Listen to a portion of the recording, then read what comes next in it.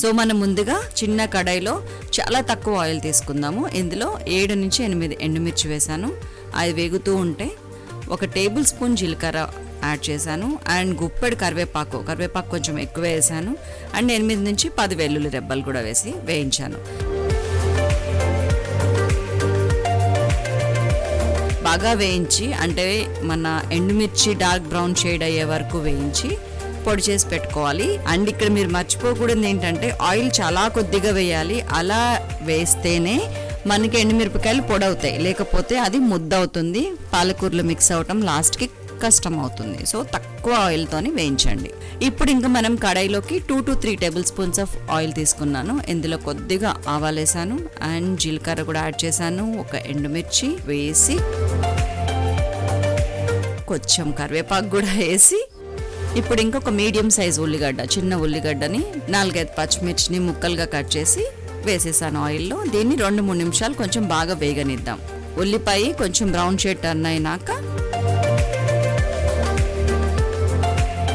సన్నగా తరిగి పెట్టుకున్న లేత పాలకూరని ఇందులో వేసేసి బాగా కలపండి.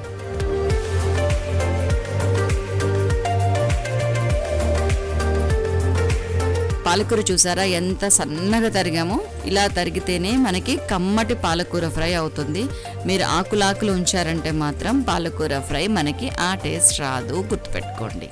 ఇప్పుడు 1/8 టీ స్పూన్, వెరీ లిటిల్ అన్నమాట, పసుపు వేస్తున్నాను అండ్ 1/2 టీ స్పూన్ మాత్రమే ఉప్పు వేస్తున్నాను. పాలకూరలో ఇన్బిల్ట్ ఉప్పు ఉంటుందండి, అందుకనే మీరు కొంచెం వేసినా కానీ పాలకూర ఉప్పు ఎక్కువ అవుతుంది, గమనించండి. సో 1/2 టీ స్పూన్ ఉప్పు వేసాను అండ్ దీన్ని బాగా కలిపి 5 నిమిషాలు మూత పెట్టి పాలకూరని మగ్గనిస్తున్నాను, అది కూడా లో ఫ్లేమ్ మీద. పాలకూర ఇప్పుడు సన్నటి సెగ మీద నెమ్మదిగా ఉడుకుతుంటే మధ్యలో మూత తీసి అప్పుడప్పుడు అటు ఇటు కలుపుతున్నాను. 10 నిమిషాలు అట్లా ఉడకనిచ్చిన తర్వాత పాలకూరలో వాటర్ మొత్తం అయిపోయింది. ఇప్పుడు ఏం చేద్దామంటే మనం పొడి చేసి పెట్టుకున్న కరివేపాకు, వెల్లుల్లి కారం ఉంది కదా, దాన్ని తీసుకొచ్చి మంచిగా చల్లి కొత్తిమీర కూడా కలిపి మంచిగా అటు ఇటు తిప్పుతూ ఆ కారాన్ని పాలకూరలో మొత్తం కలిసేట్టు బాగా కలతిప్పి ఇంకో నిమిషం పాటు మూత పెట్టేసేయండి. ఇప్పుడు ఏమవుద్దంటే కారం పాలకూరలోకి ఇంకి మంచిగా ఫ్రై ముద్దగా కమ్మగా అవుతుంది. ఇప్పుడు మూత తీస్తే చూడండి, నూనె అక్కడక్కడ పైకి తేలుతుంది. సో మన ఘుమఘుమలాడే టేస్టియస్ట్ కరివేపాకు కారంతో చేసిన, వెల్లుల్లి కారంతో చేసిన పాలకూర ఫ్రై వడ్డించడానికి సిద్ధంగా ఉందన్నమాట.